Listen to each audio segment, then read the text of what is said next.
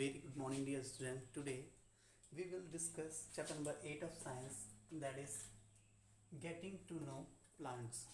बच्चों, प्लांट्स के बारे में हम लोग पहले से ही काफ़ी चीज़ें जानते हैं, लेकिन इस चैप्टर में हम कुछ और चीज़ें प्लांट्स के बारे में जानेंगे और बहुत ही डिटेल में. ठीक है, तो चलिए स्टार्ट करते हैं. अगर किसी भी प्लांट के बारे में बात करें हम, तो किसी भी प्लांट के पास दो चीज़ें होती हैं, दो सिस्टम्स होते हैं. पहला होता है रूट सिस्टम और दूसरा होता है शूट सिस्टम. क्या होता है? पहला होता है रूट सिस्टम और दूसरा होता है शूट सिस्टम. अब आप ये सोच रहे होंगे कि ये रूट सिस्टम क्या होता है और ये शूट सिस्टम क्या होता है. अगर बच्चों हम रूट सिस्टम की बात करें तो प्लांट का वह पार्ट जो ज़मीन के अंदर होता है उसको बोलते हैं रूट सिस्टम, और प्लांट का वह पार्ट जो ज़मीन के ऊपर होता है उसको बोलते हैं हम शूट सिस्टम. ओके, तो चलिए स्टार्ट करते हैं रूट सिस्टम के बारे में. रूट सिस्टम, अगर रूट सिस्टम की बात करें बच्चों तो दो तरह के रूट सिस्टम्स होते हैं प्लांट्स में. कितने तरह के? दो तरह के रूट सिस्टम होते हैं प्लांट में. पहला आपका आता है टैप रूट,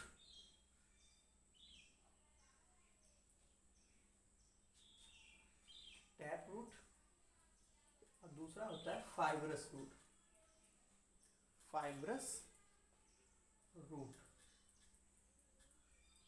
ठीक है, ये दो तरह के रूट सिस्टम आते हैं प्लांट्स में. और आप सोच रहे होंगे कि ये टैप रूट क्या होता है और ये फाइब्रस रूट क्या होता है. ठीक है, टैप रूट में होता क्या है बच्चों, आपके स्टेम से जब सीड कोई जर्मिनेट होता है तो एक पार्ट उसका ऊपर की डायरेक्शन में जाता है जिसको हम शूट बोलते हैं, और एक पार्ट उसका नीचे की तरफ आता है जिसको हम रूट बोलते हैं. ठीक, तो जब कोई सीड जर्मिनेट होता है तो टैप रूट में होता क्या है, एक ऐसे मोटी सी रूट ज़मीन के अंदर जाती है और इसके बाद बहुत सारी ब्रांच यहाँ से निकलती हैं, पतली पतली. ठीक है, ये होता है टैप रूट. मीन्स एक बीच में मोटी सी रूट होगी और उसके बाद बहुत सारी पतली पतली रूट्स ब्रांच होंगी जो क्या करती हैं, काफ़ी एरिया को कवर करती हैं, काफ़ी एरिया से वाटर और न्यूट्रिएंट्स को एब्जॉर्ब कर करके फिर यहाँ इस मेन रूट में देती हैं, और इस रूट के थ्रू स्टेम से होता हुआ प्लांट के डिफरेंट पार्ट में ये वाटर और न्यूट्रिएंट पहुँचता है. इस टाइप के सिस्टम को बोलते हैं हम टैप रूट. ठीक, दूसरा होता है फाइब्रस रूट. अगर फाइब्रस रूट की बात करें तो बहुत सारे प्लांट्स ऐसे होते हैं जिनके स्टेम से ही, मान लेते हैं ये स्टेम है. ठीक है, स्टेम से ही बहुत सारी पतली पतली रूट्स लगभग इक्वल साइज की, इक्वल थिकनेस की बहुत सारी पतली पतली रूट्स ऐसे निकली हुई होती हैं. इसको बोलते हैं फाइब्रस रूट. अब आप सोच रहे होंगे कि सर ये टैप रूट जो आपने बताया ये थोड़ा सा उतना अच्छे से समझ में नहीं आया, आप एक एग्जांपल बताइए इसका, या कुछ एग्जांपल्स के थ्रू इसको थोड़ा एक्सप्लेन करिए. तो बच्चों, आपके जो बड़े पेड़ होते हैं जैसे आपका नीम हो गया, ठीक है, आम का पेड़ हो गया, या फिर आपके आपका शीशम हो गया. ठीक, ये सारे जो ट्रीज़ हैं इनमें टैप रूट सिस्टम होता है. ठीक है, जब आप ज़मीन में खुदाई करेंगे तो आपको देखने को मिलेगा कि एक मोटा सा रूट होता है और वहीं से बहुत सारी पतली पतली रूट ब्रांच्ड होती हैं. ठीक, तो कहाँ कहाँ पे देखने को मिल जाएगा आपको शीशम में देखने को मिल जाएगा, आपको आम में देखने को मिल जाएगा, आपको नीम में देखने को मिल जाएगा, ये टैप रूट सिस्टम. ठीक, अब बात करते हैं सेकेंड वाले रूट सिस्टम की जिसको हम बोल रहे हैं फाइब्रस रूट. ठीक, फाइब्रस रूट की बात करें तो ये हर्ब्स और श्रब्स में बेसिकली पाया जाता है. जैसे आपके जो ग्रासेस होती हैं आप इसी तरह की रूट उसमें देखेंगे. ठीक, या फिर आप ऑनियन देख लीजिए. ठीक, ऑनियन में जो रूट्स होती हैं वो उसके स्टेम से ही तो होकर निकलती हैं, एकदम पतली पतली. और फाइब्रस रूट की एक खासियत ये है कि इनकी जो थिकनेस होती है और इनकी जो साइज़ होती है लगभग क्या होती है, इक्वल होती है. ठीक है, अब हम बात करते हैं रूट सिस्टम. आपको आई होप समझ में आ गया होगा कि जो रूट सिस्टम प्लांट्स में होता है दो तरीका का होता है. पहला होता है टैप रूट और दूसरा होता है फाइब्रस रूट. फाइबरस रूट कहाँ पे पाया जाता है हम लोगों ने डिस्कस किया। टैप रूट कहाँ पे पाया जाता है हम लोगों ने डिस्कस किया। टैप रूट किस तरह का होता है और फाइबरस रूट किस तरह का होता है, दोनों चीज़ें हम लोगों ने डिस्कस कर ली।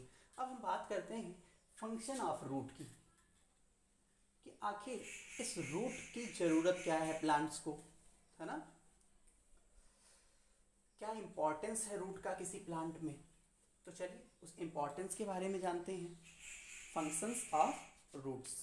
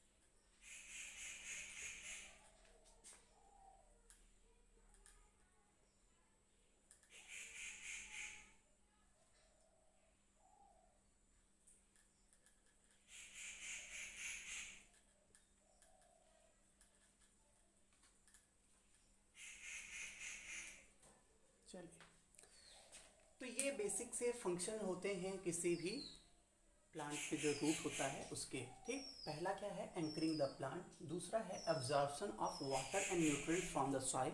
And third one is preventing soil erosion. तो चलिए पहली चीज़ को डिस्कस करते हैं हम लोग। आप लोगों ने बच्चों ऐसे बहुत सारे ट्रीज देखे होंगे, बहुत सारे पेड़ देखे होंगे जिनकी रूट्स दिख रही होती हैं और काफ़ी ऊपर ही रहती हैं, बहुत गहराई तक नहीं रहती, है ना, ऊपर ही रहती हैं और दिख रही होती हैं। आप लोगों ने देखा होगा ऐसे जितने भी ट्रीज़ होते हैं, जब कभी आंधी तूफान इस तरह का कुछ भी होता है तो वो प्लांट्स क्या होते हैं, वो ट्रीज़ जो हैं वो गिर जाते हैं, है ना। क्यों गिर जाते हैं, क्योंकि इन्हीं रूट्स की वजह से ही तो वो जो ट्री है वो खड़ा है, यही तो उसको सपोर्ट कर रहे हैं। अगर ये रूट ज़मीन के ऊपर रहेंगे, दिख रहे होंगे या बहुत गहराई में नहीं होंगे तो क्या होगा, ट्री तो कितना भारी सा होता है, अगर आंधी तूफान चलेगा तो क्या होगा, गिर जाएगा। उसकी जो थोड़ी बहुत रूट्स मिट्टी के अंदर होंगी वो भी क्या होंगी, उखड़ जाएंगी, है ना। तो पहला जो फंक्शन है रूट का वो क्या है, ये क्या करता है, किसी भी ट्री को एक फर्म प्रोवाइड करता है, एक सपोर्ट प्रोवाइड करता है, फर्मली उसको अपराइट स्टैंड करने में मदद करता है। ठीक है, मतलब जो आपके ट्रीज होते हैं वो अप साइड में जाते हैं ऊपर की तरफ, है ना। अब ऊपर की तरफ जाते हैं, उतना भारी भरकम सा चीज़ होता है तो जाहिर सी बात है उसको किसी ना किसी सपोर्ट की ज़रूरत होगी। तो सपोर्ट कौन प्रोवाइड करता है, ये रूट्स प्रोवाइड करते हैं। ठीक है, तो पहला फंक्शन तो ये हो गया, ये किसी भी ट्री को क्या करते हैं, सपोर्ट प्रोवाइड करते हैं। ठीक, अब बात करते हैं absorption of water and nutrient from the soil.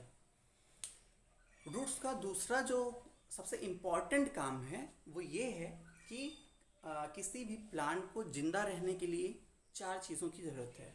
कौन कौन सी 4 चीज़ें, जैसे कार्बन डाइऑक्साइड हो गया, सनलाइट हो गया, ठीक, वाटर हो गया और न्यूट्रिएंट्स हो गए। तो कार्बन डाइऑक्साइड तो एटमॉस्फेयर से मिल जाता है, ठीक, आपका जो सनलाइट है वो भी नेचर से मिल ही जाता है। अब बचा वाटर और न्यूट्रिएंट।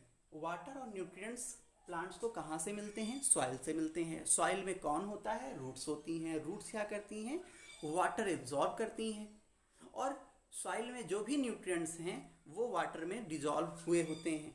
तो जब वो वाटर को एब्जॉर्ब करती हैं तो न्यूट्रिएंट्स भी उसके साथ आ जाते हैं, ठीक। और वो क्या करते हैं, सूट के थ्रू होते हुए किसी भी ट्री के डिफरेंट पार्ट में पहुंच जाते हैं और वहाँ पे होता है फोटोसिंथेसिस और फिर बनता है प्लांट का या ट्री का खाना, ठीक। अब उस खाने को यूज़ करके वो सरवाइव करते हैं। तो सोचो अगर रूट्स ना होती तो उनको वाटर और न्यूट्रिएंट्स नहीं मिलते, और वाटर और न्यूट्रिएंट्स अगर नहीं मिलते तो क्या वो फोटोसिंथेसिस कर पाते, बिल्कुल नहीं कर पाते। और अगर फोटोसिंथेसिस नहीं कर पाते तो क्या प्लांट्स या ट्रीज जिंदा रहते, नहीं रहते। तो तो इसका मतलब ये है कि रूट्स एक बहुत ही इम्पॉर्टेंट रोल प्ले करते हैं किसकी लाइफ में, ट्रीज की लाइफ में या फिर प्लांट्स की लाइफ में, ठीक है ना। अब बात करते हैं थर्ड पॉइंट की, प्रिवेंटिंग सॉइल इरोजन। आप लोगों ने बच्चों सॉइल इरोजन के बारे में पढ़ा हुआ है, आप लोग जानते हैं सॉइल इरोजन क्या होता है। जो फर्टाइल सॉइल होती है बरसात की वजह से, आंधी तूफान की वजह से वो अपनी प्लेस को क्या करती है, चेंज कर लेती है ना। मतलब किसी भी जगह पे जो ऊपर की फर्टाइल सॉइल होती है, जब वो पानी के बहाव से कट जाती है, ठीक, और किसी ऐसी जगह पे चली जाती है जहाँ पे खेती बाड़ी करना थोड़ा सा मुश्किल होता है, उतना इजी नहीं होता, तो ऐसी चीज़ों को हम बोलते हैं सॉइल इरोजन, ठीक। तो आपके जो ट्रीज की रूट होती हैं, जो प्लांट्स की रूट होती हैं, वो करती क्या है, वो सॉइल को इस तरह की चीज़ों से बचाती हैं। कैसे? ये रूट्स क्या करती हैं, सॉइल को टाइटली बाइंड करके रखती हैं, बांध करके रखती हैं, ठीक। जब बरसात होती है, बारिश होती है, या जब आंधी तूफान चलता है, तो जो सॉइल के पार्टिकल हैं वो इससे बंधे हुए हैं, जिसकी वजह से वो कहीं और नहीं जाते हैं, बल्कि अपनी जगह पे ही स्थिर रहते हैं। और वहाँ की जो फर्टिलिटी है, उस सॉइल की जो फर्टिलिटी है, वो काफ़ी लंबे समय तक बनी रहती है। अगर रूट्स ना हो तो क्या होगा, बरसात हो रही है, पानी के बहाव के साथ ऊपर का जो सरफेस है, जो फर्टाइल सॉइल है, वो बह के चली जाएगी, जिसकी वजह से बाद में जो सॉइल बचेगी वो फर्टाइल नहीं होगी। और वहाँ पे अगर आप कोई फसल उगाना चाह रहे हैं, कोई प्लांट उगाना चाह रहे हैं, तो न्यूट्रिएंट्स की कमी होगी, जिसकी वजह से वो प्लांट या फिर वो फसल जो भी आप उगाने जा रहे हैं, उनको सही मात्रा में न्यूट्रिएंट नहीं मिलेंगे, सही अमाउंट में न्यूट्रिएंट नहीं मिलेंगे, जिसकी वजह से उनका ग्रोथ अच्छे से नहीं होगा। समझ आया? चलिए अब बात करते हैं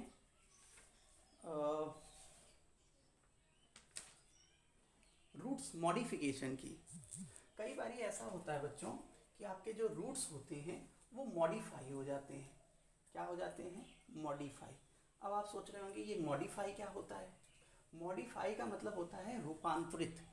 मतलब जिस तरह से आपको मैंने रूट्स के बारे में बताया, टैप रूट और फाइबरस रूट, ठीक है, तो इस तरह के रूट आपके दिमाग में होगा कि इसी तरह के हर प्लांट में इसी तरह के रूट्स होंगे।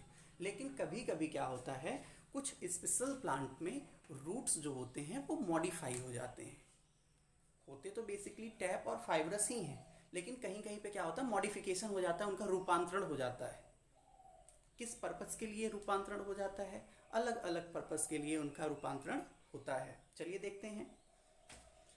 जैसे मान लेते हैं आपका कैरेट हो गया या फिर रेडिस हो गया, ठीक है, कैरेट, रेडिस, ये सारी जो चीज़ें हैं, आप देखेंगे जो पार्ट ज़मीन के नीचे होता है उसी को हम रूट बोलते हैं, ठीक। तो कैरेट और रेडिस में जो वाइट कलर का पार्ट होता है या फिर जो रेड कलर का पार्ट, वो ज़मीन के नीचे है कि नहीं, और उसी पार्ट को हम खाते हैं, और वो पार्ट काफ़ी मोटा होता है ना, हम लोगों ने देखा हुआ ये। अब वो पार्ट इतना मोटा क्यों हुआ? क्योंकि आपके कैरेट और रेडिस जो हैं वो क्या करते हैं, जो भी फूड बना रहे हैं वो फूड अपने उसी पार्ट में स्टोर करके रखते हैं, जिसकी वजह से वो पार्ट थोड़ा सा मोटा हो जाता है। और जब अपना सारा फूड वो वहीं पे स्टोर करके रखते हैं तो हम उसी चीज़ को खाते हैं, ठीक। दूसरा मॉडिफिकेशन देखिए, बनियान ट्री आपने देखा है, ठीक। बनियान ट्री में रूट्स जो होती हैं वो क्या करती हैं, एक सपोर्ट सिस्टम की तरह वर्क करती हैं। किस तरह वर्क करती हैं? एक सपोर्ट सिस्टम की तरह वर्क करती हैं। और वो बड़े बड़े जो पेड़ होते हैं लाइक बनियान ट्री, उसको क्या करती हैं, सपोर्ट करते हैं, ठीक।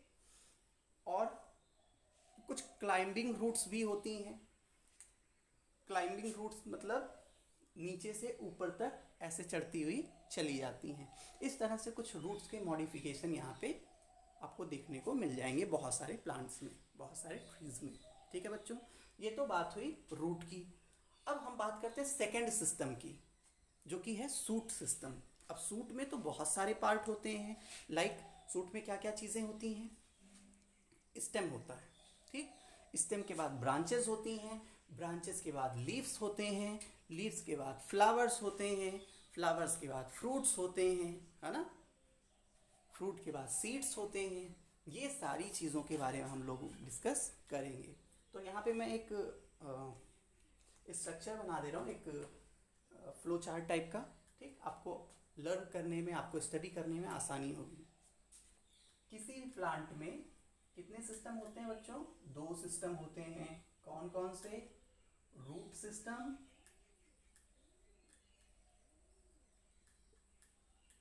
और शूट सिस्टम।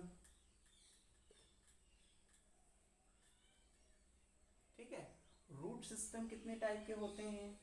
2 टाइप के होते हैं, टैप रूट, फाइब्रस रूट, है ना। अब आगे चलते हैं। शूट सिस्टम की अगर हम बात करें तो शूट सिस्टम में आपको सबसे पहली चीज दिख जाएगी स्टेम। ओके, देन आपको क्या दिखेगा? आपको दिखेगा लीव्स, ठीक है। फिर आपको दिखेगा क्या? आपको दिखेंगे फ्लावर्स,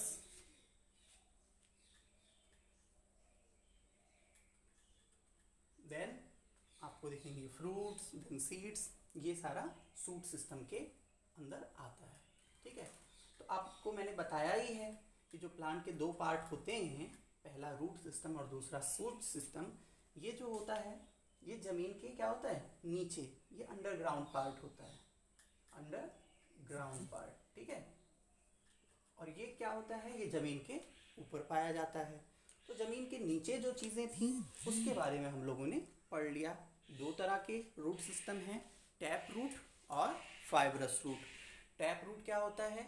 बीच में जो सीड का जब जर्मिनेशन होता है तो वहाँ से एक मोटी सी रूट ज़मीन के अंदर सीधी चली जाती है और उससे बहुत पतली पतली जो ब्रांचेस हैं वो निकलती हैं और वो काफ़ी एरिया कवर करती हैं और काफ़ी एरिया से वो क्या करती हैं? सॉइल और न्यूट्रिएंट्स को एब्जॉर्ब करती हैं, ठीक। दूसरा जो फाइब्रस रूट मैंने बताया, ये जस्ट जो बेस होता है स्टेम का वहाँ से निकलती हैं और बहुत पतली पतली होती हैं। लाइक आप अगर ऑनियन देखेंगे ना, ऑनियन में फाइब्रस रूट होता है, ठीक। तो ऑनियन में देखेंगे बहुत पतली पतली रूट्स होती हैं और लगभग एक ही थिकनेस की होती हैं और एक ही साइज़ की होती हैं, ठीक है। इसके बाद हम लोगों ने क्या पढ़ा? फंक्शन पढ़े रूट के। देन मैंने क्या बताया आपको? मॉडिफिकेशन। रूट्स जो हैं कभी कभी मॉडिफाइड भी हो जाते हैं। अब हम लोगों को बात करनी है स्टेम की, ठीक है, मीन्स शूट सिस्टम की। शूट सिस्टम इन सारी पार्ट से मिलके बना हुआ है। तो सबसे पहला जो है वो है स्टेम। अब हमें क्या करना है? इस स्टेम के बारे में पढ़ना है, ठीक।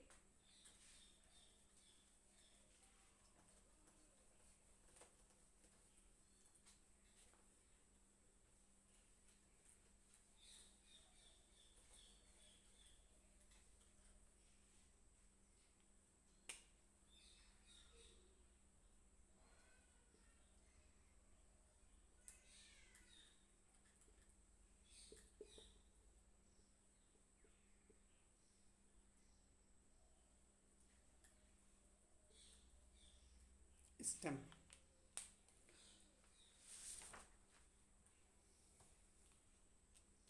जो स्टेम होता है बच्चों, वो किसी भी प्लांट का बहुत ही इम्पॉर्टेंट पार्ट होता है। अब आप कहेंगे क्यों?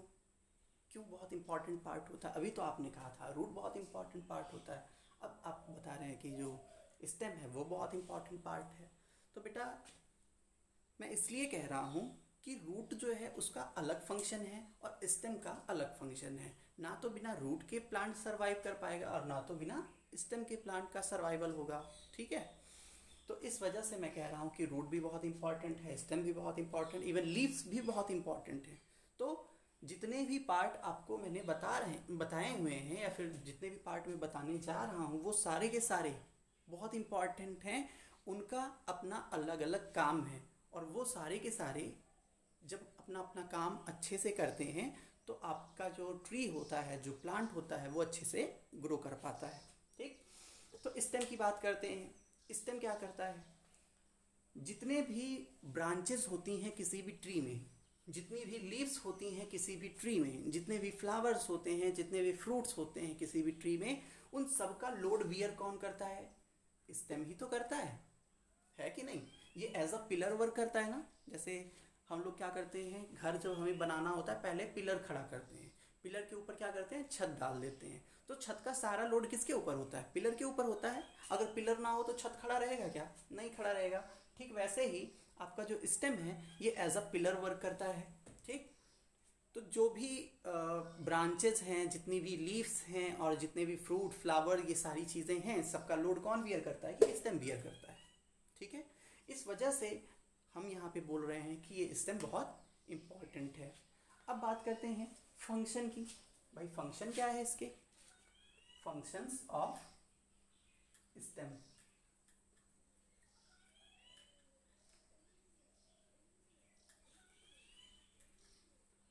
अगर स्टेम के फंक्शंस की बात करें बच्चों, तो जैसे रूट के अलग अलग काम थे वैसे ही आपके स्टेम्स के भी अलग अलग काम होते हैं।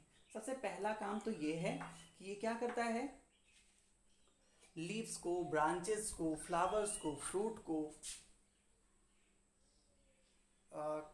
एक सपोर्ट सिस्टम प्रोवाइड करता है, जिसकी वजह से वो काफ़ी एरिया कवर करते हैं। अब इस काफ़ी एरिया को कवर करने का क्या मतलब है?